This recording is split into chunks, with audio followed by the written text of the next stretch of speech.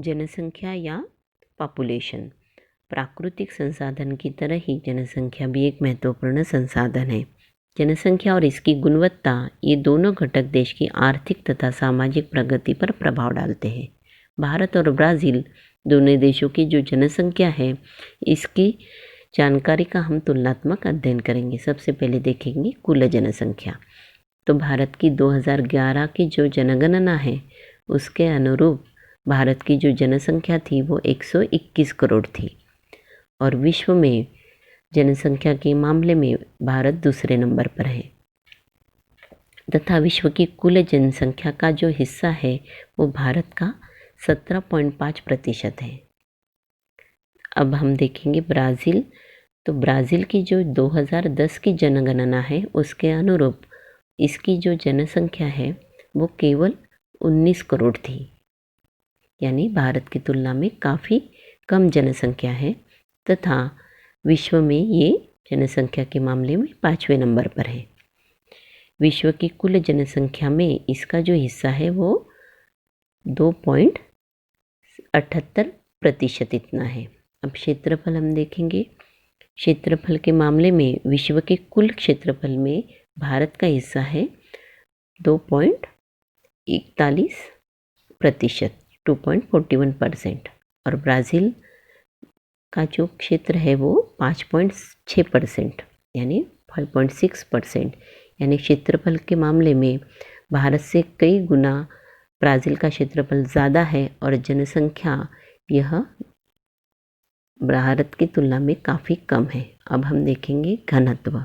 जनसंख्या का घनत्व व्यक्ति प्रति वर्ग किलोमीटर, अगर इसके हिसाब से देखें तो भारत का जो जनसंख्या का घनत्व है वो 1 किलोमीटर में 382 व्यक्ति रहते हैं और ब्राज़ील में केवल 23 व्यक्ति, यानी घनत्व के मामले में भी भारत ब्राज़ील से कई गुना ज़्यादा है। भारत के इस नक्शे में जनसंख्या का वितरण बिंदु पद्धति से दर्शाया गया है। जनसंख्या वितरण के लिए बिंदु पद्धति सबसे अच्छी पद्धति मानी जाती है। इस नक्शे में एक बिंदु का जो मूल्य है वो 2 लाख व्यक्ति इतना है। आमतौर पर बिंदुओं का रंग एक ही होता है, लेकिन विभिन्न प्रदेशों को दर्शाने हेतु इस वीडियो में विविध रंग के बिंदुओं का उपयोग किया गया है। किसी भी क्षेत्र में जनसंख्या का घनत्व समझने के लिए हम अ और आ इस आकृति का अध्ययन करेंगे। यहाँ हमने पैमाना यानी प्रमाण या स्केल जो लिया है वो एक चिन्ह बराबर 100 व्यक्ति लिया है।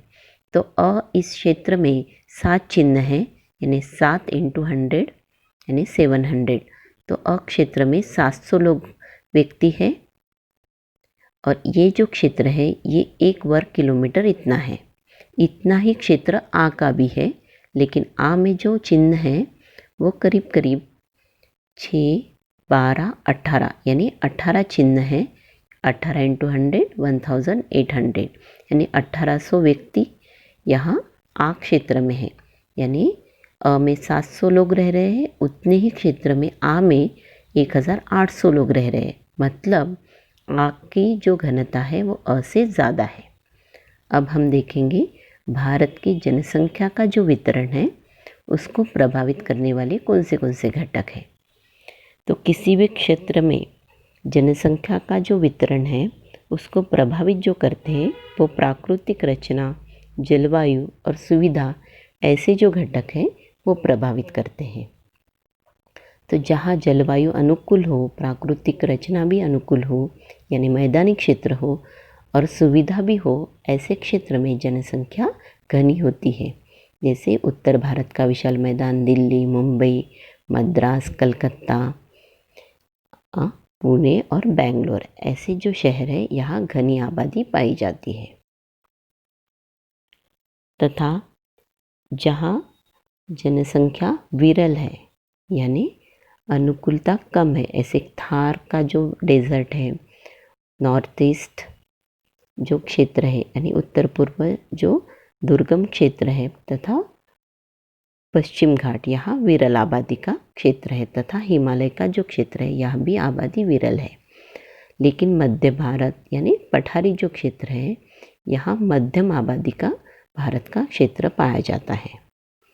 इस तरह से भारत की जनसंख्या को प्रभावित करने वाले ये घटक है। अब हम देखेंगे जनसंख्या का जो घनत्व है भारत में वो किस प्रकार है।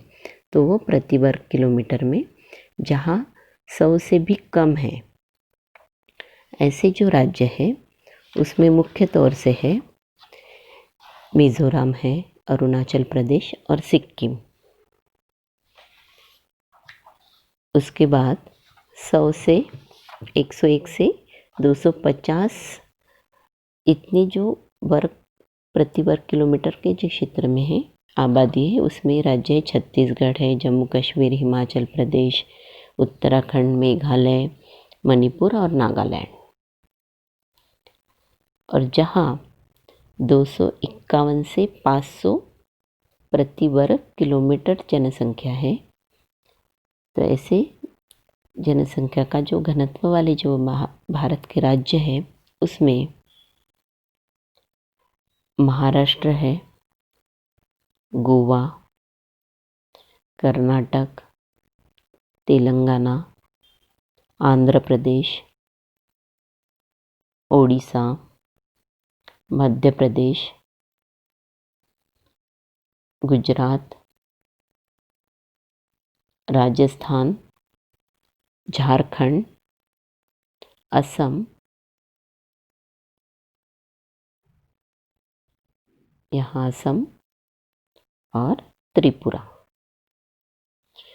यह राज्य एक प्रकार से मध्यम आबादी के हैं और घनी आबादी वाले जहाँ 501 से अधिक प्रति वर्ग किलोमीटर में आबादी बसती है वो जो क्षेत्र है घनी आबादी के वो राज्य में आते हैं बिहार, पश्चिम बंगाल, केरल, दक्षिण में केरल और तमिलनाडु, उत्तर प्रदेश जहाँ गंगा का विशालकाय मैदान है, पंजाब, हरियाणा,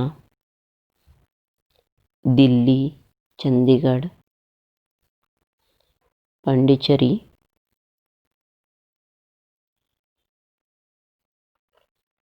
दीव दमन, दादरा नगर हवेली और इधर अंडमान निकोबार और लक्षद्वीप टापू, ये सारे क्षेत्र घने आबादी के भारत के क्षेत्र हैं। अब हम देखेंगे ब्राज़ील की जनसंख्या का वितरण। ब्राज़ील की जनसंख्या के वितरण को प्रभावित करने वाले घटकों में भी प्राकृतिक रचना, जलवायु और सुविधाएं इत्यादि महत्वपूर्ण है। तो अभी हम ब्राज़ील की जनसंख्या का जो घनत्व है उसका वर्ग प्रति किलोमीटर कितना क्षेत्र है वो देखेंगे। इसके अंतर्गत 50 से भी जो कम वाला क्षेत्र है उसमें ब्राज़ील के बहुत सारे राज्य आते हैं। इसका मुख्य कारण है अमेज़न नदी का घाटी का जो क्षेत्र है वो बहुत ही दुर्गम है तथा यहाँ सदाबहार वनों का क्षेत्र भी है। तो इसमें एमेजोनास, पारा, रोराइमा, अमापा, मांटो ग्रांसो दो सुल और दक्षिण में रियो ग्रांडो दो सुल ये महत्वपूर्ण राज्य हैं। यानी ज़्यादा से ज़्यादा क्षेत्र 50 से भी कम वाले घनत्व वाले क्षेत्र हैं। इसके बाद 51 से 100 तक का घनत्व वाला जो क्षेत्र है इसमें जो महत्वपूर्ण राज्य है उसमें है पाराना और सांता कैटरीना। और उत्तर पूर्व में रियो ग्रांडे दो नॉर्ते ये महत्वपूर्ण राज्य है जहाँ की जो आबादी है 51 से 100 वर्ग प्रति चौरस किलोमीटर में है। इसके बाद 101 से 150 घनत्व वाला जो क्षेत्र है उसमें मुख्य रूप से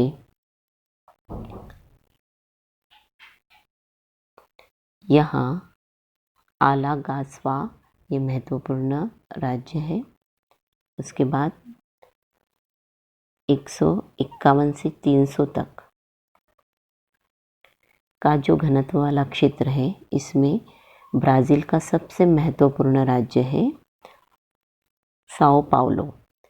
ये बहुत बड़ा राज्य है जो केवल ब्राज़ील ही नहीं, दक्षिण अमेरिका का भी बहुत बड़ा और महत्वपूर्ण राज्य है। और सबसे घनी आबादी वाला यानी 300 से भी अधिक आबादी वाला जो घनत्व वाला जो क्षेत्र है उसमें रियो दी जेनेरियो ये प्रमुख शहर है। भारत तथा ब्राज़ील की जनसंख्या संरचना के तुलनात्मक अध्ययन में सबसे पहले हम देखेंगे लिंगानुपात। पॉपुलेशन कंपोजिशन में सबसे पहले सेक्स रेशो देखेंगे। तो ये है भारत का लिंगानुपात का आलेख। इस आलेख के निरीक्षण से ये प्रतीत होता है कि भारत में हमेशा लिंगानुपात 1000 से कम ही रहा है। मतलब भारत में हमेशा 1000 पुरुषों के पीछे स्त्रियों की संख्या 1000 से कम रही है। 2011 की जो जनगणना हुई थी इसके अनुसार ये आंकड़ा 947 था। मतलब 1000 पुरुषों के पीछे स्त्रियों की संख्या 947 थी। भारत में कई दशकों से लिंगानुपात में उतार चढ़ाव देखा जा सकता है। 1991 के बाद भारत के लिंगानुपात में तुलनात्मक वृद्धि देखी जा सकती है।